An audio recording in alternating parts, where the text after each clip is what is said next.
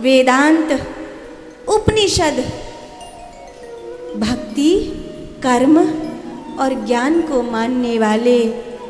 लेकिन उन्होंने कहा कि ये बात अगर हमारी समझ में ना आए तो सुनने में तो बड़ी अच्छी लग रही है, पर धारण करते समय सिर के ऊपर होके जा रही है, कुछ बहुत ज्यादा पल्ले नहीं पड़ रहा है।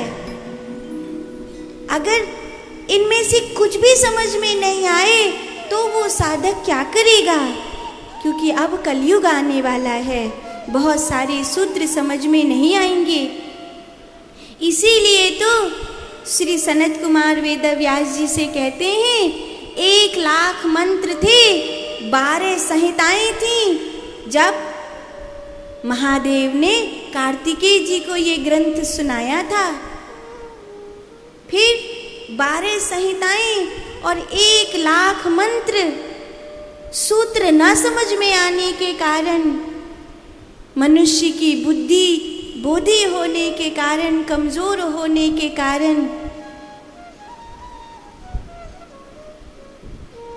आते आते 24,000 मंत्र रह गए और 7 संहिताएं रह गईं। और अगर उसमें भी जीव को नहीं समझ में आए तो श्रवणादि त्रिकेशक्तम लिंग वैरस्य चापरः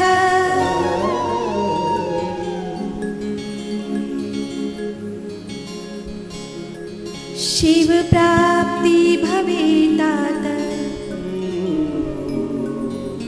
एक उपाय है, लिंग वैरस्य चापरः,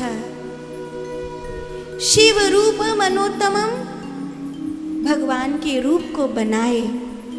8 प्रकार के रूप में तुम्हें बताता हूं, जिनमें सबसे पहला रूप है पिंडी का, जो माटी से बनाई जाती है। कहीं पर कुआं खुद रहा हो, कहीं पर नल की बोरिंग हो रही हो, उसके आखिरी छोर में से जहां पानी बस निकलने ही वाला है, उस आखिरी छोर में से जो मिट्टी निकलती है, उस मिट्टी में कनेर के फूल का रस मिला करके पार्थिव पिंडी बनाई जाए और फिर उसका पूजन किया जाए। वो पार्थिव लिंग का पूजन मनुष्य को महादेव की कृपा प्राप्त कराता है, अनंत कृपा प्राप्त कराता है। इस प्रकार मिट्टी के शिवलिंग बनाए जाते हैं। फिर अगर ये संभव नहीं हो तो किसी पवित्र नदी के किनारे नदी की मिट्टी लेकर के फिर पार्थिव पिंडी बनानी चाहिए और उसका पूजन करके भली प्रकार उसको फिर नदी में विसर्जन करना चाहिए।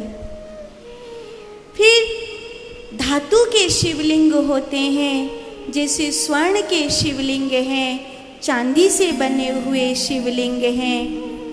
फिर तीसरे हैं पारद शिवलिंग और चौथे हैं रत्न शिवलिंग, जैसे गोमेद से, हीरा से, मोती से,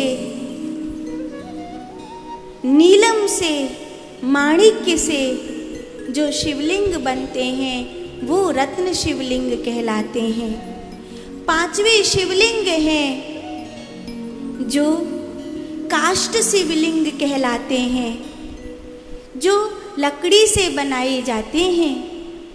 लकड़ी के शिवलिंग जब बनाए जाते हैं, बेर की लकड़ी से, बेलपत्र की लकड़ी से, अमलतास की लकड़ी से, आम की लकड़ी से, बट वृक्ष की लकड़ी से, कटहल की लकड़ी से, इस प्रकार ये 12 प्रकार की लकड़ियां हैं जिनसे शिवलिंग बनाए जाते हैं।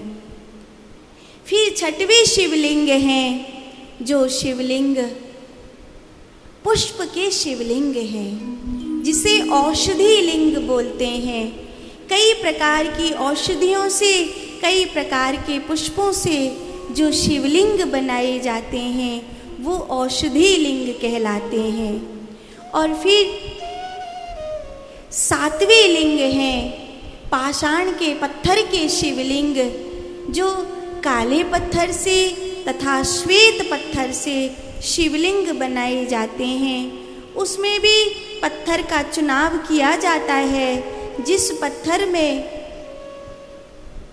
विशेष प्रकार की ऊर्जा होती है और उस ऊर्जा को प्राण प्रतिष्ठा के द्वारा जगाया जा सकता है, उसी में से शिवलिंग निर्माण होते हैं। जो नर्मदा मैया से प्रकट होते हैं, नर्मदेश्वर शिवलिंग कहे जाते हैं, जो जल के घर्षण से ही स्वयं गोल आकार ले लेते हैं, अंध आकार ले लेते हैं, वो शिवलिंग स्वयं प्राण प्रतिष्ठित माने जाते हैं। और फिर 8वें शिवलिंग है भाव शिवलिंग, जब भाव के द्वारा श्री महादेव को प्रकट किया जाता है, जिसमें अगर शिव भक्त के पास कहीं किसी प्रकार की कोई शिवलिंग ना हो और उसे शिव का ध्यान, स्मरण, दर्शन करना ही हो, तब साधक अपने अंगुष्ठ में, अपने अंगुष्ठ की सबसे ऊपरी रेखा को अपनी प्रथम उंगली, जिसे गुरु बृहस्पति की उंगली भी कहा जाता है, इसकी मध्यस्थ रेखा से इस प्रकार मिलाकर ऐसे जब शिवलिंग बनाता है, तो ये जो शिवलिंग हैं ये महादेव की स्पष्ट भाव शिवलिंग है। इसको महादेव की शिवलिंग जान करके ये पूजन किया जाता है। उंगलियों को हथेली के इस ऊपरी भाग पर, ये हिस्सा है, ये जो शरीर का पिंड कहा जाता है, और यहाँ पर हृदय स्थान हथेली में बताया जाता है। तो जब हमारी ये तीनों उंगली इस हृदय स्थान पर होती हैं और अंगुष्ठ की पहली रेखा बृहस्पति की इस मध्यस्थ रेखा को छूती है, तो चूँकि अंगुष्ठ में आकाश तत्व होता है और प्रथम उंगली में इंद्र तत्व होता है, जिसके कारण ये जो एक निर्माण है, ये पूर्ण रूपेण शिवलिंग का निर्माण कहा जाता है। इसमें भाव शिवलिंग प्रकट होते हैं। तो ये महादेव का एक प्रकार से रूप है। इस प्रकार ब्रह्मा जी ने उन षड मुनियों को कहा, ये 8 प्रकार की शिवलिंग हैं। श्रवणादित्र के शक्तम लिंग बैरस्य चापरे संस्थाप्य नित्य अभ्यस्य तरेत संसार सागरम। इस प्रकार संस्थापना करके, स्थापना करके पूजा करे तो तरेत संसार सागरम, वो संसार सागर से तर जाएगा, वो संसार सागर से पार हो जाएगा। इस प्रकार का वर्णन किया गया है। फिर जो नाना मनोकामनाओं को पूर्ण करने के लिए पूजा करते हैं, वो अलग अलग शिवलिंग बनाते हैं। जैसे अपनी कन्या के सुख के लिए अनुष्ठान किया जाता है, तो वो हल्दी की गांठ के शिवलिंग, जो साबुत हल्दी होती है, उसकी जो साबुत हल्दी में कोई इस प्रकार की कोई हल्दी की गांठ निकल आए तो जो शिवलिंग जैसी दिखती हो, उसमें उन पूजा करी जाती है महादेव की विशेष सावन के महीने में। दूसरे इंद्रियों के संयम के लिए मनुष्य जो शिवलिंग पूजा करता है, वो गैया के गोबर में दूर्वा का अंश मिलाकर, दूर्वा का ऊपरी फुलक मिलाकर फिर शिवलिंग बनाता है और उसकी पूजा करता है, आराधना करता है। तो इंद्रियों पर संयम प्राप्त होता है, वासना जनित दुख दूर होते हैं। फिर एक प्रकार का शिवलिंग है जो भस्म के द्वारा सूखे हुए बेल पत्र को जलाकर जो राख पैदा होती है, उस राख में दूर्वा का रस मिला करके फिर एक शिवलिंग बनाया जाता है। वो अकाल मृत्यु को दूर करने के लिए जो पूजा करी जाती है, तब उस शिवलिंग को बनाकर विशेष रूप से उनका पूजन किया जाता है। इस प्रकार शुक्ल पक्ष के तथा कृष्ण पक्ष के प्रदोष में शिवलिंग की पूजा का विधान है।